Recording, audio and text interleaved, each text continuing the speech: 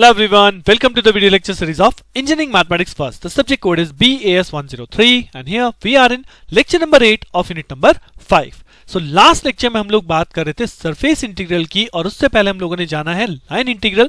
सो दोनों ही कॉन्सेप्ट बहुत इंपॉर्टेंट हैं, सिंगल इंटीग्रल और डबल इंटीग्रल, और दोनों को ही विद एग्जांपल हम लोग सॉल्व करना देख चुके हैं. नाउ इन दिस लेक्चर में third important topic that is called volume integral को डिस्कस करने जा रहा हूं. तो क्या कॉन्सेप्ट है, क्या फॉर्मूला यूज होगा, किस तरह से गिवन वेक्टर के लिए वॉल्यूम इंटीग्रल कैलकुलेट किया जाता है, उसे जानने के लिए अपना लेक्चर स्टार्ट करते हैं on concept of volume integral. So volume integral. अब वॉल्यूम इंटीग्रल क्या है? जैसे हमने लाइन पढ़ा, लाइन में इंटीग्रेशन किसके रेस्पेक्ट में हो रहा है? एक लाइन के रेस्पेक्ट में या कर्व के रेस्पेक्ट में. सरफेस पे क्या हो रहा है? एक सरफेस के क्रॉस इंटीग्रेशन हो रहा है, यानी कि double integration DS. Similarly volume integral कहलाता है the integral across the volume. जी हां, अगर आप किसी सरफेस के वॉल्यूम यानी तीनों साइड को अगर हम कंसीडर कर रहे हैं, उस केस में हम तीनों साइड के रेस्पेक्ट में इंटीग्रेशन करते हैं, जिसे हम बोलते हैं वॉल्यूम इंटीग्रल या ट्रिपल इंटीग्रल. तो सिंपल सा फॉर्मूला यहां पे बनता है. If you want to calculate the volume integral of a given vector f, then f vector dot dv which represent the volume integral of f vector is equal to volume integration यानी triple integration f vector dot dx dy dz. यानी simply ये जो volume dv है this will be converted into dx dy dz. और अगर आप ये right hand side देखेंगे तो this is nothing but the triple integral, जिसको हमने अपने फोर्थ यूनिट में मल्टीपल इंटीग्रल में सीखा था कि ट्रिपल इंटीग्रल कैसे सॉल्व करते हैं. तो कैसे सॉल्व करेंगे जानने के लिए अपना एग्जांपल स्टार्ट करते हैं. तो here's question number 1. It says if a vector is equal to this is the given vector 2xz i cap minus xj cap plus y square k cap, then evaluate triple integral a vector dot dv. Now where v is the region, v कौन सा reason है? v is the region bounded by the surface where x is equal to 0, y is equal to 0, x is equal to 2, y is equal to 6, z is equal to x square and z is equal to 4. यानी कि मुझे सभी के सभी limits यहाँ पे define है. कैसे? x कहां से कहां वेरी कर रहा है? 0 से लेके 2 तक. y कहां से वेरी कर रहा है? 0 से लेके 6 तक.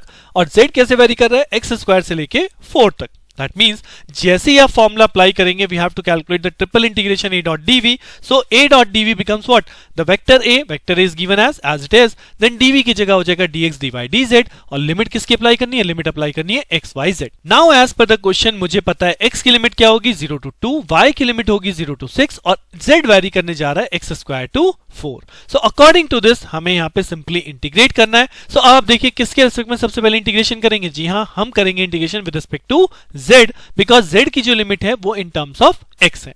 तो जैसे आप इसे z के रेस्पेक्ट में इंटीग्रेट करेंगे हमारे पास क्या बचने वाला है? हमारे पास यहाँ पे हो जाएगा twice of x z square by 2 i cap as it is minus of x of z j cap as it is plus y square के लिए हो जाएगा y square into z k cap as it is. और इस पे आपकी limit कहां से कहां जाएगी?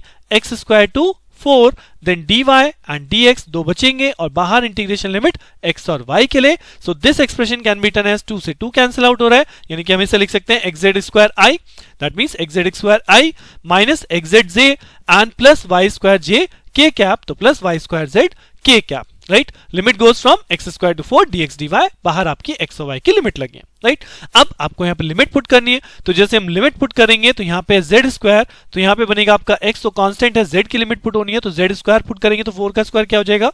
16 माइनस जब लोअर लिमिट पुट होगी x स्क्वायर का स्क्वायर यानी x to the power 4 and this become i cap minus यहाँ पे x ऑफ z है तो x as it is, z में लिमिट पुट करूंगा upper minus lower that is 4 minus x square j cap plus y square z, y square as it is, z में हमें limit put करनी है 4 minus x square और k cap.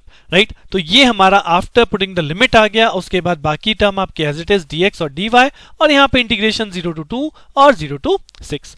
अब इसे क्योंकि मुझे y के रेस्पेक्ट में करना है तो उससे पहले हम यहाँ पे इसे एक्सपैंड कर लेते हैं. कैसे?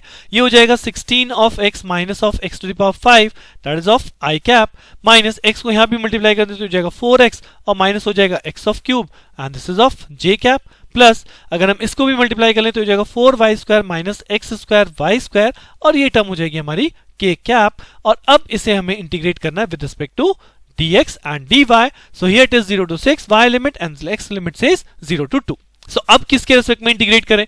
अब क्योंकि यहाँ पे आप देखो दोनों ही लिमिट क्या है? कांस्टेंट है ना. सो अब दोनों को किसी के भी रेस्पेक्ट में कर सकते हो, मतलब किसी को भी पहले कर सकते हैं, बट जैसे ऑर्डर कहता है हम उसी तरह से कर लेते हैं। हमने पहले z को एक्सपेंड किया, अब y को एक्सपेंड कर लेते हैं। तो y के रेस्पेक्ट में फर्स्ट टर्म का इंटीग्रेशन क्या बनेगा, ये पूरी का पूरी कांस्टेंट है 6x minus x to the power 5। So अगर मैं y के रेस्पेक्ट में कर रहा हूं तो यहाँ पे आ जाएगा y, i कैप अपनी जगह पे। सिमिलरली यहाँ पे भी सारी टर्म x की है, 4x माइनस x क्यूब, कोई y की टर्म नहीं है तो इसका भी इंटीग्रेशन y हो जाएगा, j cap as it is. And third term इसमें आपका y का टर्म है तो ये हो जाएगा 4 into Y cube by 3 Y square के लिए, और x स्क्वायर वाई स्क्वायर है again x square Y cube by 3, और इसके साथ टर्म है k कैप।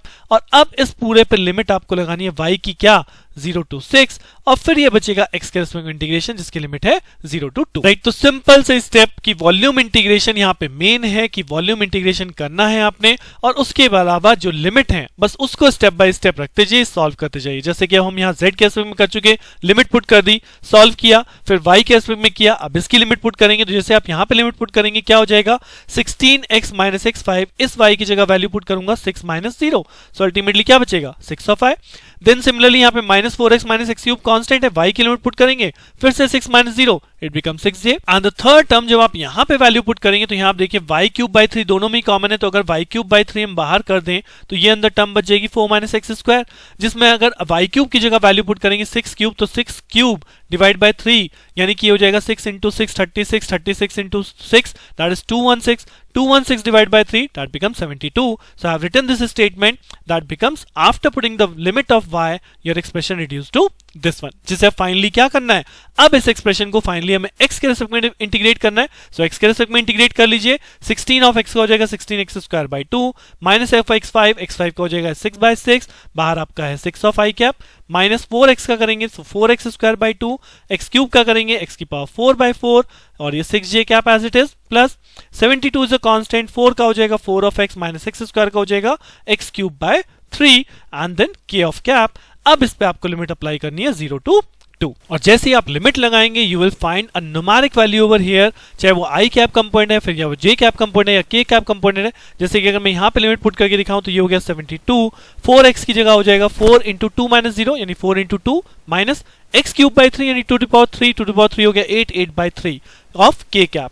जिसको फर्दर सॉल्व करें तो यहाँ पे आप सॉल्व करेंगे, एलसीएम लेंगे तो ये हो जाएगा 8 3 24, 25 माइनस 8 16, सो ये बनेगा 72 इंटू 16 बाय 3, जिसको आप कैलकुलेटर से सॉल्व कर सकते हैं। सिमिलरली अदर पार्ट भी, और आपको रिजल्ट मिलेगा 128 i cap minus 24 j cap plus 384 of k cap, right. So question केवल और केवल ट्रिपल इंटीग्रल है यहाँ पे, जैसे कि मैंने आपको उस यूनिट में भी बोला था लास्ट नंबर 4th यूनिट कि आपको यही सेम टॉपिक नेक्स्ट यूनिट में भी मिलेगा, and that is the next topic. यहाँ पे नाम वॉल्यूम इंटीग्रल है, बट अल्टीमेटली अगर आप पूरा का पूरा कॉन्सेप्ट देखोगे तो हमने यहाँ पे क्या किया है, केवल फॉर्मूला यूटिलाइज किया, उसके बाद only and only we have solve triple integration. चलिए एक और क्वेश्चन मैं आपको यहाँ पे दिखाता हूँ, सेम बेस पे है, that is if f vector is equal to this then evaluate triple integral del dot f vector dv where v is the volume bounded by the plane x is equal to 0, y is equal to 0, z is equal to 0 and this plane, right? So अब देखो question में क्या calculate करा रहा है, we have to calculate del dot f vector। अब अगर इसे देख के कुछ याद आ रहा हो तो जी हाँ क्या है,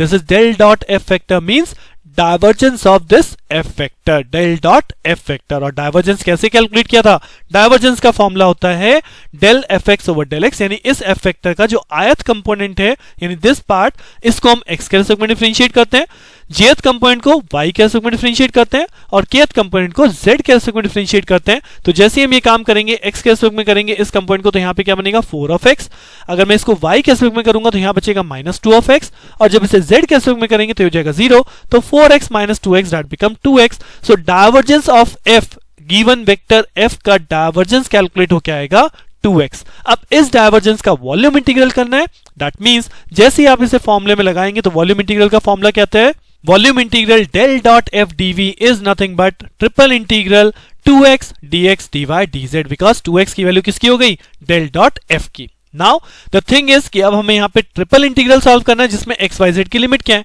सो अब यहाँ पे एक्स वाई जेड की लिमिट क्या बनेगी, तो आप देखो एक्स वाई जेड तीनों की लोअर लिमिट क्या है, 0 है, यानी जेड की लोअर लिमिट क्या होगी 0। बट अगर जेड 0 है तो यहां से मैं जेड की अपर लिमिट क्या सॉल्व करूंगा, जेड की अपर लिमिट होगी 4 minus 2x minus of 2y। From this equation what is z, 4 minus 2x minus 2y।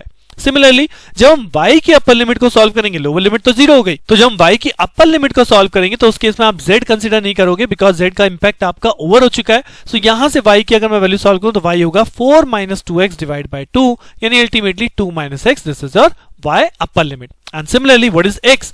x के केस में y और z दोनों ही 0 ट्रीट होने वाले हैं, तो ये बचेगा 2x इज इक्वल टू 4, यानी x इज इक्वल टू 2। सो यहां पे x की लिमिट जो जाएगी वो जाएगी 0 से लेके 2 तक, राइट। सो लिमिट कैलकुलेशन यहाँ पे केवल एक ट्रिक है कि आपको लिमिट कैसे कैलकुलेट करनी है, और ट्रिपल इंटीग्रल में लिमिट कैलकुलेशन करना बहुत आसान है एज कंपेयर टू लाइन और as well as surface. So limit आप लोगों ने कैलकुलेट कर ली, अब सिंपल सा इस इंटीग्रेशन को सॉल्व कर लेते हैं। तो सबसे पहले किसके रिस्पेक्ट में इंटीग्रेट करना पड़ेगा? जी हाँ, z के रिस्पेक्ट में, बिकॉज z की लिमिट किसकी टर्म्स में है? x और y। तो जैसे ही 2x को हम z के रिस्पेक्ट में इंटीग्रेट करेंगे, क्या वैल्यू बचेगी? 2x ऑफ z, और z पे अल्टीमेटली लिमिट लगेगी 0 to 4 minus of 2y minus of 2x, यानी कि आप जैसे ही इसमें लिमिट पुट करेंगे हमारा एक्सप्रेशन क्या बदल जाएगा? हमारा एक्सप्रेशन बदल जाएगा x की लिमिट 0 से 2, y की limit 0 to 4 minus 2x by 2, और यहां पे आ गया 2x, और z की जगह आ जाएगा 4 minus 2y minus 2x dx and dy। जिसको फर्दर मल्टीप्लाई कर लेते हैं तो ये टर्म हो जाएगी x की लिमिट मेरी एज इट इज, y की लिमिट 0 से मैंने इस लिमिट को लिख सकते हैं 2 माइनस ऑफ x, देन उसके बाद इसको मल्टीप्लाई करेंगे तो ये हो जाएगा 8 ऑफ x, देन उसके बाद मल्टीप्लाई करेंगे 2x इंटू 2y तो ये हो जाएगा 4 ऑफ xy, देन उसके बाद अंदर मल्टीप्लाई करेंगे तो ये हो जाएगा 4 ऑफ